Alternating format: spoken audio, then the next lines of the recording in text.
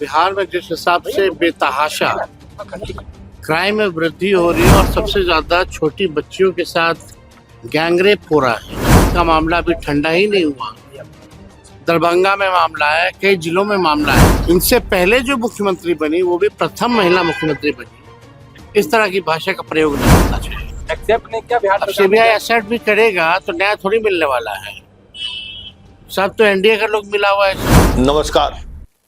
पिछले 2-3 दिनों से सदन में महिलाओं पर हो रही हिंसा को लेकर जबरदस्त बवाल मचा हुआ है। उस दौरान कई तरह की हदें भी पार हुई। राबड़ी देवी के साथ नीतीश जी का व्यवहार, उसी तरीके से सुनील सिंह और अशोक चौधरी के बीच विवाद, आज सड़क पर भी विवाद हुआ। मतलब सड़क पर भी लोग उतरे। भाकपा महिला का जो महिला विंग है वो सड़क पर उतरी और जबरदस्त हंगामा किया। मुद्दा क्या है? दरभंगा में 4 वर्षीय बच्ची के साथ गैंग रेप और उसकी हत्या, खगड़िया में इसी तरीके का दिल दहलाने वाली घटना, मोतिहारी में दिल दहलाने वाली घटना, सहरसा में दिल दहलाने वाली घटना। मतलब पिछले 2-3 महीने के दौरान अगर कहें तो लड़कियों का और महिलाओं पर हिंसा का जो दौर शुरू हुआ है थमने का नाम नहीं ले रहा है। इस मुद्दे पर आज नेता प्रतिपक्ष तेजस्वी ने भी कुछ बातें कही हैं। जैसे जरा वो सुन लेते हैं, फिर हम उस पर चर्चा करेंगे कि क्या वाकई में ये पुलिस का फेल्योर है या फिर कुछ और वजह है जिसके कारण इस तरीके की हिंसाएं अचानक बढ़ गई है। अचानक बढ़ने गई है, हाल के दिनों में कुछ वर्षों से इस तरीके की हिंसाएं बढ़ने लगी है। वाकई में इसकी वजह क्या है उस पर चर्चा करेंगे, लेकिन पहले हम तेजस्वी का वो बयान सुन लेते हैं। शब्दों का चयन किया, कैसे देखें इन शब्दों को?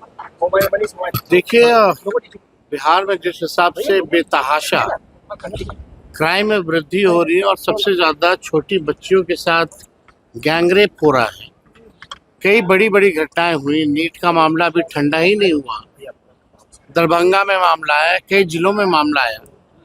इसको लेकर के राष्ट्रीय जनता दल और हम लोगों के नेता राबड़ी देवी जी ने इस सवाल को सदन में भी उठाया और इसका जवाब देने के बजाय जिस तरह की भाषा माननीय मुख्यमंत्री जी ने इस्तेमाल किया, इस हिसाब से तो ऐसी भाषा देख करके तो लोगों का और जो मन जो है बढ़ता है और घटना अंजाम हो रहा है। इसको रोकने के बजाय और सरकार को जवाब देने के बजाय इस तरह की बातें करना, हमको नहीं लगता कि अब मुख्यमंत्री पद पे बैठा हुआ कोई व्यक्ति, इनसे पहले जो मुख्यमंत्री बनी वो भी प्रथम महिला मुख्यमंत्री बनी, इस तरह की भाषा का प्रयोग नहीं करना चाहिए। आपने ट्वीट करके कहा कि डिमेंशिया हो गया, वो आपके विधायक कह रहे हैं पगला मुख्यमंत्री हो गए। देखिए, स्थिति तो उनकी है ही, उसमें डिमेंशिया नहीं हुआ है क्या? तो हुआ है, इसलिए तो इलाज भी कराने वो गए थे, बाहर विदेश गए थे। ठीक है, इस पर हम कोई टिप्पा टिप्पणी नहीं कर रहे, लेकिन उम्र तो बढ़ा है। उम्र बढ़ता है तो बीमारी आती है, तो हुआ है। लेकिन ये बीमारी की बात नहीं है। लेकिन इस तरह की, कल भी देखेंगे माइक रोका जा रहा है, मुख्यमंत्री का माइक बंद कर दिया जा रहा है। आज तक ऐसा हुआ है क्या? मुख्यमंत्री बोल रहे हैं, माइक जो है बंद कर दिया गया, यानी गाइड कहीं और से हो रहा है। पीछे लोग बैठे रहते हैं कि अब मत बोलिए, लाइन काट दो। ये तो दिखाता है कि भाई बहुत कमजोर मुख्यमंत्री है। जांच बंद कर, सीबीआई ने एक्सेप्ट नहीं किया, एक्सेप्ट नहीं किया बिहार। सीबीआई एक्सेप्ट भी करेगा तो न्याय थोड़ी मिलने वाला है। सब तो एनडीए का लोग मिला हुआ है इसमें। बालिका गृह कांड में क्या हुआ? वही भाजपा जद्दी के लोग थे बचे हुए। सृजन घोटाले में क्या हुआ? सबको तो बचाने का काम किया है। एनडीए सरकार में लोगों को न्याय नहीं मिलेगा, ये तय है। अपराधियों को संरक्षण और बढ़ावा देने के अलावा और कुछ नहीं किया जा सकता। बिहार में लोकतंत्र नहीं, दंडतंत्र हो गया है। आपके भाई ने जयचंद कहा है, क्या कहें? भैया अब उनका बात पे हमसे मत पूछा करो। चलो तो आपने सुना कि तेजस्वी क्या कह रहे हैं, लॉ एंड ऑर्डर के फेलियर को लेकर उनका अदा क्या है, मतलब किस तरीके से उन्होंने अपनी बात रखी है। लेकिन वो जिस घटनाओं की चर्चा कर रहे, जिन जिन घटनाओं की वो चर्चा कर रहे हैं, एक दिन पहले अपने ट्विटर हैंडल पर भी उस घटना का जिक्र किया। आप देख सकते हैं हमारे बगल में कि दर्जनों ऐसे घटनाओं का उन्होंने जिक्र किया है जो बच्ची और महिलाओं के साथ घटित हुई है। लेकिन एक फैक्ट ये भी है कि अधिकांश मामलों में 24 से 48 घंटे के अंदर पुलिस मुख्य आरोपी को पकड़ भी लिया है। हर जगह दरभंगा में इतनी बड़ी घटना घटी, घटना के चंद घंटों के अंदर ही जो मुख्य आरोपी था उसको पुलिस ने पकड़ लिया। फिर भी लोगों का गुस्सा शांत नहीं हुआ, क्योंकि घटना ही कुछ ऐसी थी। और ये प्रदेश में लगातार इस तरह की घटनाएं घट रही हैं, लोगों में गुस्सा बढ़ता जा रहा है।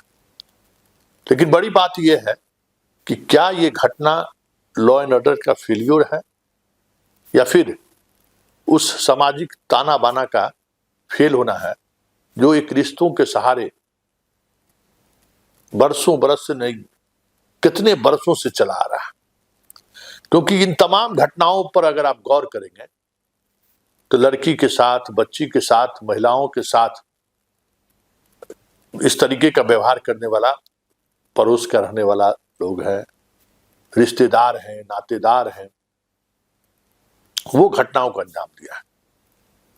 तो इस तरीके की घटनाएं जिसमें खुद रिश्तेदार शामिल हो, पड़ोसी शामिल हो, उसमें पुलिस आखिर कर क्या सकती है।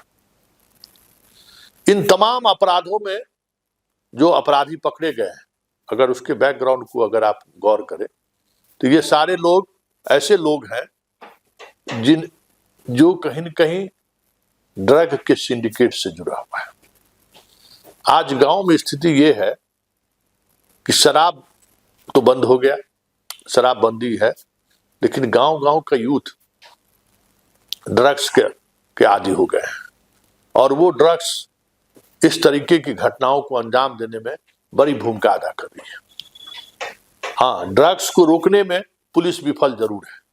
पुलिस की विफलता अगर आप देखें तो ड्रग्स को गांव गांव में पहुंचने को रोकने में पूरी तौर पर फेल रहा है।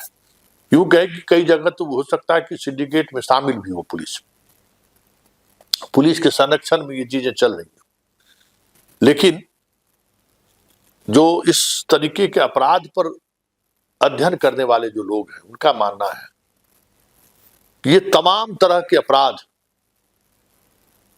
नशा नहीं की जा सकती है, या फिर अगर मानसिक रूप से कोई इस तरीके के बीमारी, मतलब सेक्सुअली किसी घटना की वजह से या सेक्स को लेकर एक अलग तरीके की नजरिया कभी कभी इस लोगों को विकृत मानसिकता की तरफ बढ़ा देता है। लेकिन सबसे ज्यादा नुकसान ड्रग्स कर रहा है और उस ड्रग्स की वजह से हो ये रहा है कि गांव गांव में इस तरीके की घटनाएं लगातार हो रही है। लगातार अगर आप देखें तो दरभंगा की घटना में जो आरोपी है वो पड़ोसी ही है, 27 साल उसका उम्र है, दो शादी वो कर रखा है और उसके बाद इस तरीके का कृत्य वो किया है। खगड़िया में गई कि पड़ोस के लोग हैं, 38 वर्ष उसका उम्र रहा होगा और उसने 6 वर्ष की बच्ची के साथ कुकृत्य करके उसकी हत्या कर दिया। मोतिहारी की घटना कभी की। ऐसे में इस तमाम तरह की घटनाओं को आप सिर्फ पुलिसिंग के सहारे या लॉ एंड ऑर्डर के सहारे नहीं रोका जा सकता। बिहार जिस तरीके से उड़ता पंजाब की तरह उड़ता बिहार अब कह सकते हैं, उस तरफ बिहार बढ़ रहा है और गांव गांव में स्मैक, चरस, ड्रग्स, सुई लेने वाला जो एक अलग तरीके का ड्रग्स रहता है, उसका प्रचलन बढ़ता जा रहा है।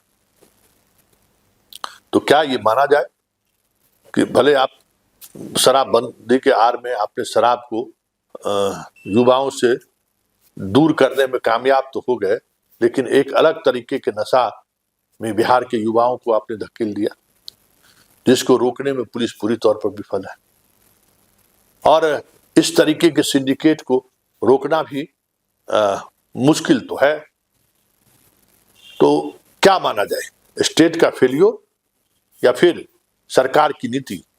वो नीति जो नीति कहीं न कहीं बिहार के युवा को एक दूसरे तरीके की नशा की तरफ धकेल दिया है। और ये नशा इतना खतरनाक होता है कि इस तरीके के नशा के आदी युवा किसी भी हद तक जा सकते हैं, कुछ भी कर सकते हैं, हत्या, रेप, गैंग रेप, मतलब उसके लिए कहे आप तो इस तरीके की घटनाओं को अंजाम देने को की बात उसके जेहन में आता ही नहीं है। अगर आप ड्रग्स ले लिए तो शराब में तो कुछ चीजें कहीं न कहीं एक समय के बाद उसके नशा में ये चीजें नहीं आती हैं, एग्रेशन उस तरीके का नहीं होता है। लेकिन ड्रग्स अगर आप ले रहे हैं, ड्रग्स युवा ले रहा है, तो फिर इस तरीके की घटनाएं होना आम बात।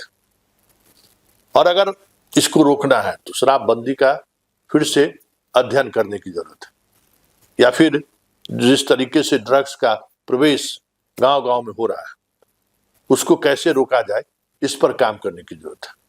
विपक्ष अपनी जिम्मेवारी निर्वाह कर रही है, सरकार इस पूरे मसले पर बैकफुट पर है और इतना ही कह के खुश हो रहे हैं कि हमने तो सारे अपराधी को पकड़ लिया, अब हम स्पीडी ट्रायल के तहत उनको सजा दिला देंगे।